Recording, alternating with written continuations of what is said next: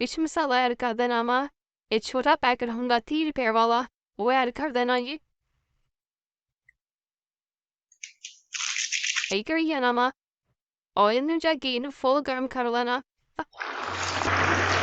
अस्सलाम वालेकुम, कैसे हो प्यारे दोस्तों। उम्मीद करता हूँ आप सब ठीक ठाक हो गए और खैर खैरियत होगे। तो आज शेफ शानमा लेके आवा फिश पकोड़ा यानी कि फिश का पकोड़ा बनाना मा ज़बरदस्त तरीके ना। बड़ी मेहनत है वा ते फिश बहुत ज़बरदस्त तरीके ना बनेगी इंशाल्लाह। आइए देख लिए फिश पकोड़े दी रेसिपी।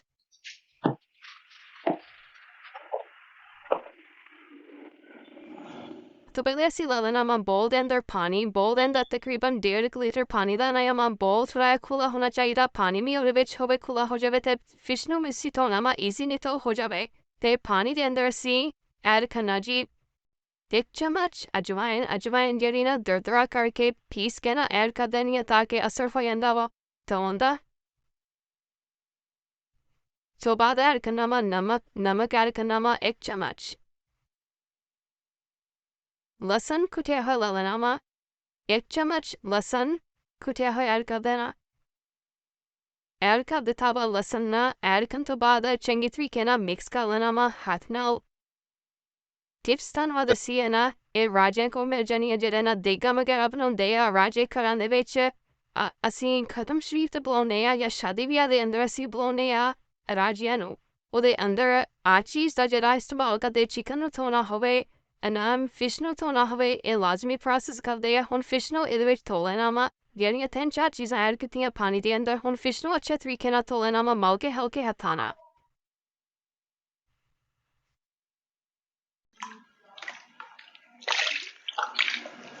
पानी थोड़ा ज़्यादा खुला लेना मा या बोल ज़्यादा बड़ा लेना मा अच्छे तरीके ना ताकि फिश जरी है ना तो हो जाए।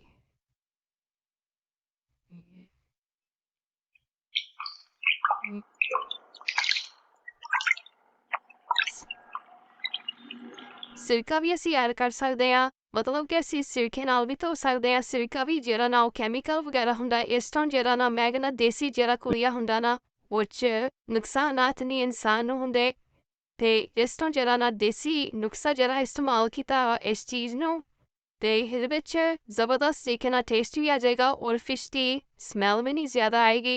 हल्की हल्की होनी भी चाहिए फिश दी जेह्ड़ी स्मैल है ना फिश दा जायका जेह्ड़ा ना होना चाहिए थोड़ा थोड़ा नॉर्मल ताकि असी खा रहे होइए तो सानू पता लगे असी फिश खा रहे हैं मछली खा रहे हैं। सानू टेस्ट होना चाहिए वा फिश दा हल्का हल्का फिर ही पता लगता कि असी फिश खाते हैं या चिकन खा रहे हैं। जो सानू पता ही ना लगे असी फिश खानी या असी चिकन खाना वा या टेस्ट ही ना आए हल्का हल्का अंदर इस तो थोड़ा बहुत धोना पैंदा ताकि ब्लड वगैरह होवे मछली दा अंदर स्मैल चल जाए। हुण इन्हूं तकरीबन 15 ਤੋਂ 20 ਮਿੰਟ ਅਸੀਂ ਰੈਸਟ ਦੇਣੀ ਹੈ ਪਾਣੀ ਦੇ ਅੰਦਰ। ਉਸ ਤੋਂ ਬਾਅਦ ਅਸੀਂ ਇਸੇ ਤਰੀਕੇ ਨਾਲ ਪਾਣੀ ਚੋਂ ਕਰਨਾ ਮਤਲਬ ਖੁਸ਼ਕ ਖਾ ਲੈਣਾ ਫਿਸ਼ ਨੂੰ ਅਖਬਾਰ ਤੇ ਐਡ ਕਰਨ ਤੋਂ ਬਾਅਦ ਅਸੀਂ ਖੁਸ਼ਕ ਖਾ ਲੈਣਾ। ਖੁਸ਼ਕ ਕਰਕੇ ਫਿਰ ਇਹਨੂੰ ਮਸਾਲੇ ਲਾਵਾਂਗੇ।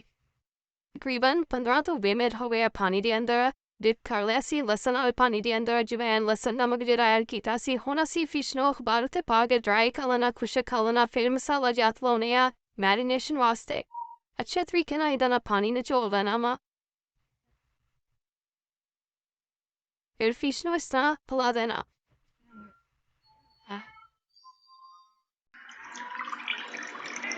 अखबार नहीं है तो कपड़ा वगैरह ला लियो कपड़े उते पिला देनी इस तरह फिश के पीस ना।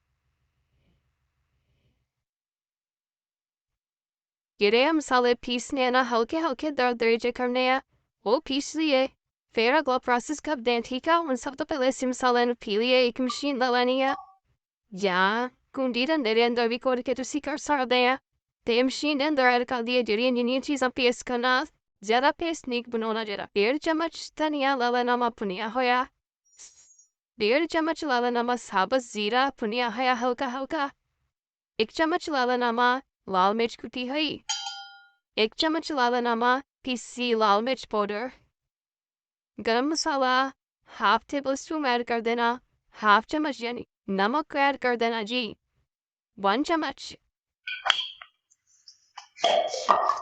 मसाला इतना पीना कि 2-3 दफा दबाना मत, मसाला जरा वा दरदरा जा हो जाएगा, साला मिक्स भी हो जाएगा दरदरा।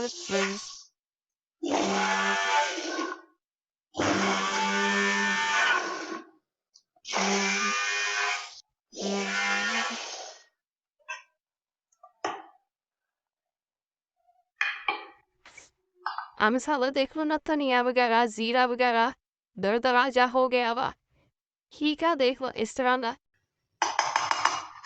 कर देना एक बोल के अंदर ऐसे मसाले,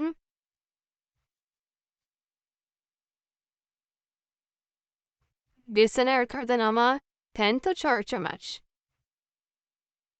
फिश मसाला ऐड कर देना मा, एक छोटा पैकेट होता 30 रुपये वाला, वो ऐड कर देना जी। स्पून अजवाइन ऐड करनी है, इनो इस तरह मसल लेना मा अच्छे तरीके ना।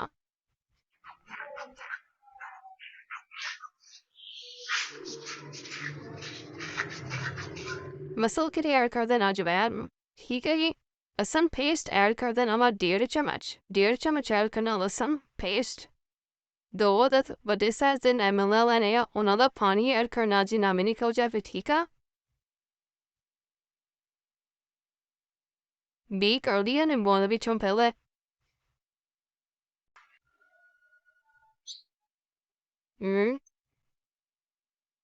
अच्छा 3 kena masaleno mix कर लेना जी।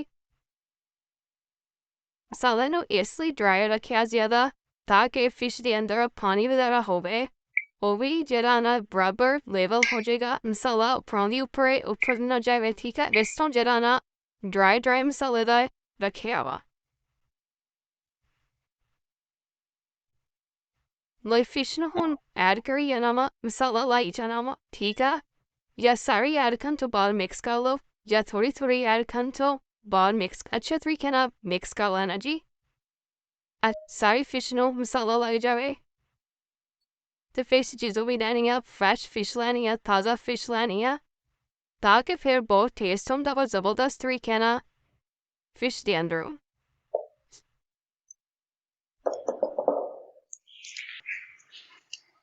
अगर थोड़ी जी कमी रह जाए पानी दी, तो थोड़ा जा नींबू निचोड़ के ते ऊपर प्रॉपर लेवल कर लेना, ताकि मसाला हर बोटी में लगना चाहिए दवा। हाँ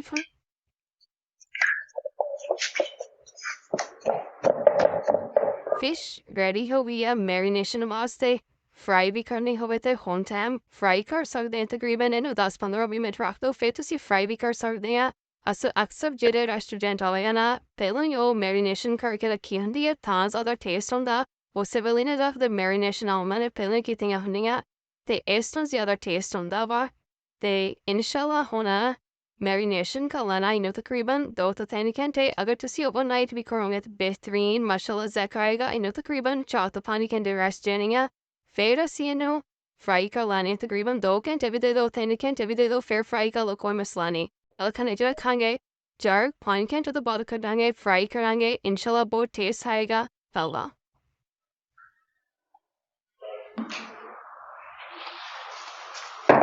वेलकम जानी के फिश येरियाना फ्राई होने रेडी हो गई है। मैरिनेट कर लिया तकरीबन इन्हें 3 to 4 घंटे रेस्ट दिया तिसी फ्राइडियन दा तलेले ही से जरा देता सी ते होने नु फटाफट सी फ्राई कर लेना फिश नो, ठीक है। आइए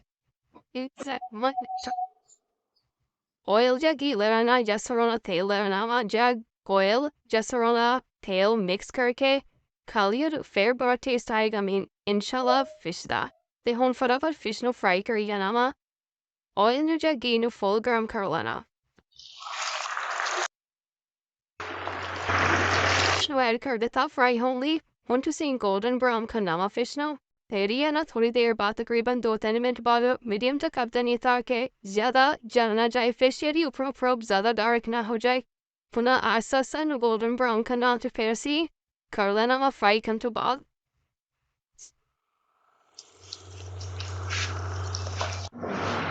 फिश रेडी होगी, फ्राई होगी या होना सी ਫਰਾਈ ਹੋਈ ਕੀਤੀ ਹੋਈ ਫਿਸ਼ ਕਰ ਲੈਣੀ ਹੈ ਜੀ ਤੇਲ ਦੇ ਅੰਦਰੋਂ। ਬਸ ਜਦੋਂ ਵੀ ਫਰਾਈ ਕਰੋ ਸਰੋਂ ਦੇ ਤੇਲ ਦੇ ਅੰਦਰ ਫਰਾਈ ਕਰੋ, ਪਕੌੜੇ ਕਰੋ, ਫਰਾਈ ਕਰੋ ਜਾਂ ਚਿਕਨ ਨੂੰ ਕਰੋ, ਇਨਸ਼ਾਅੱਲਾ ਟੇਸਟ ਜ਼ਿਆਦਾ 3-4 ਗੁਣਾ ਜ਼ਿਆਦਾ ਆਏਗਾ। ਤੇ ਇਸ ਤੋਂ ਰეკਮੈਂਡ ਕਰਾਂਗਾ ਕਿ ਸਰੋਂ ਦੇ ਤੇਲ ਦੇ ਵਿੱਚ ਫਰਾਈ ਕਰੋ, ਨਾਲੇ ਤੇਲ ਨਹੀਂ ਪੈਂਦੀ ਕੋਈ ਵੀ ਚੀਜ਼ ਜ਼ਿਆਦਾ, ਤੇ ਨਾਲੇ ਚੀਜ਼ ਵੀ ਪਰਫੈਕਟ ਇਨਸ਼ਾਅੱਲਾ ਬਣੇਗੀ। ਫਿਸ਼ ਫਰਾਈ ਪਕੌੜਾ ਰੈਡੀ ਹੋ ਗਿਆ, ਜ਼ਬਰਦਸਤ ਤਰੀਕੇ ਨਾਲ ਬਣ ਗਿਆ ਵਾ। ਇਹਦੇ ਤੇ ਹੁਣ ਅਸੀਂ ਨਿੰਬੂ ਨਿਚੋੜਨੇ ਆ, ਫਿਰ ਚਾਟ ਮਸਾਲਾ ਪਾਉਣਾ ਵਾ, ਫਿਰ ਰੋਟੀ ਨਾਲ ਖਾਵਾਂਗੇ ਜਾਂ ਦਹੀਂ ਨਾਲ ਜਾਂ ਕੈਚਅਪ ਨਾਲ। ਤੇ ਲਾਜ਼ਮੀ ਟਰਾਈ ਕਰਨਾ ਰੈਸਿਪੀ ਨੂੰ, ਬਹੁਤ ਸਿੰਪਲ ਤਰੀਕਾ ਵਾ।